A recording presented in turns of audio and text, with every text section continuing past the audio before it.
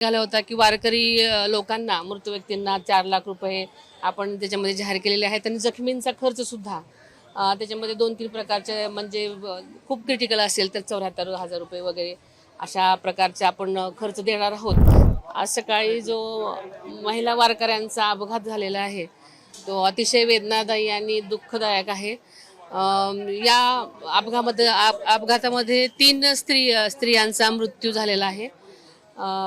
त्यांना मी भावपूर्ण श्रद्धांजली वाहते आणि खरोखरच मनाला धक्का देणारी घटना आहे. ह्याच्यामध्ये अजून 7 स्त्रिया जखमी आहेत. जखमींचा उपचार इथे चालू आहे 2 ठिकाणी. 2 जण काही ICUमध्ये आहेत, काही नॉर्मल आहेत.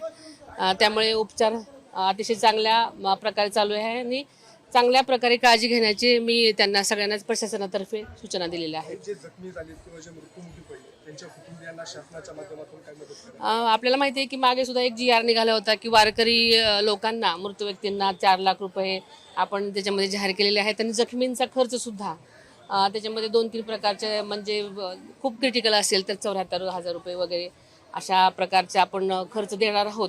त्यामुळे त्यांनाही आपण मोफत उपचार आणि खर्च त्यांच्यासाठी देणार आहोत आपण शासनातर्फे. हायवे आपण पाहतोय पंढरपूर दिवे घाटाच्या खालचा भाग अजूनही पूर्ण झालेला नाही. वारी साफडमध्ये यायला उशीर झाला. घाट रोड लवकरात लवकर पूर्ण करावा अशी मागणी सगळ्या लोकांना नाही का तसे आदेश दिले होते आम्ही की लवकरात लवकर पूर्ण करा आणि तसं पूर्णही केलं होतं. पण लोकांचा ओसंडून वाहणारा जो सागर आहे त्याच्यामुळे अनेक अडथळे येत होते. मध्येच चुकून एखादं वाहन शिरल्यामुळे तसं ट्रॅफिक मला वाटतं त्याच्यामुळे वेळ झाला.